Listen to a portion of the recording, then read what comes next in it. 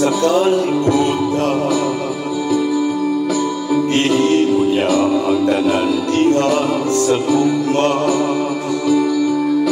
apan tungod sa kahapok sa tao, nagabulag, nagabahin kitang tanan. Sabat ako sa pagmahal sa Diyos, ipadala ang anak nga nahimong tao. Aron di usahon isip katawan, mamahimong mga sakot sa simbahan. Pagkahiusa, untang kitang tanan, magkauyon nga managsukon, magsinagdanay. Magati kumunta kita, magkahiusa nga pamilya, diha sa lawas ug dugo ni Kristo. Magkahiusa, untang kitang tanan, magkauyon nga managsukon, magsinagdanay. Magati kumunta kita, magkaiusa nga pamilya, diha sa lawas ug dugo ni Kristo.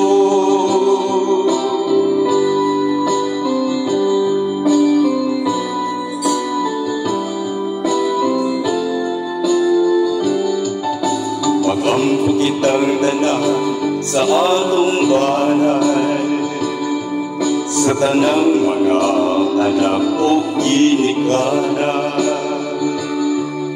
kasama sa pamilya sa Nazaret.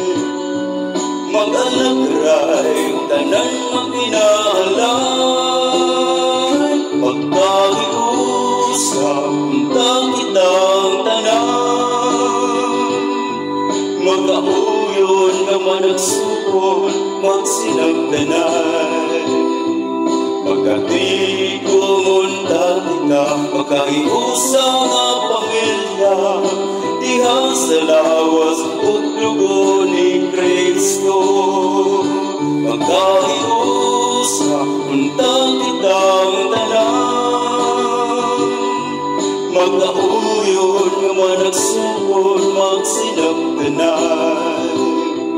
Magati kumunta kita, magkaiusa nga pamilya, diha sa lawas ug dugo ni Kristo.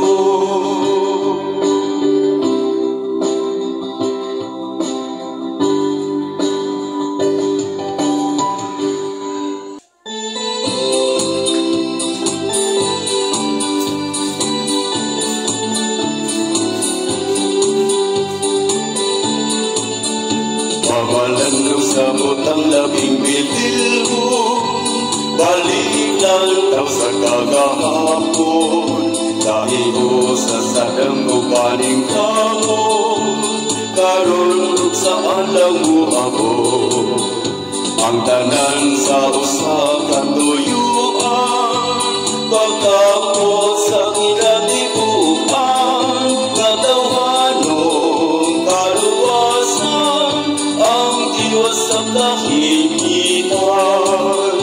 O bisan sa namatutang katandaman, nagapapili sa katauhan, ang talikon sa buhing baruganan, pagsalig sa Diyos na mahal. Ang tanan sa usa katuyuan, pagkapot sa kinatikuan, katawanong kaluwasan, ang Diyos ang kahihitan. Kahiusa sa pagbati, kahiusa sa atong ngiti, pagtuo, pagtitugma, paglaong na may sama. Kahiusa sa pagbati, kahiusa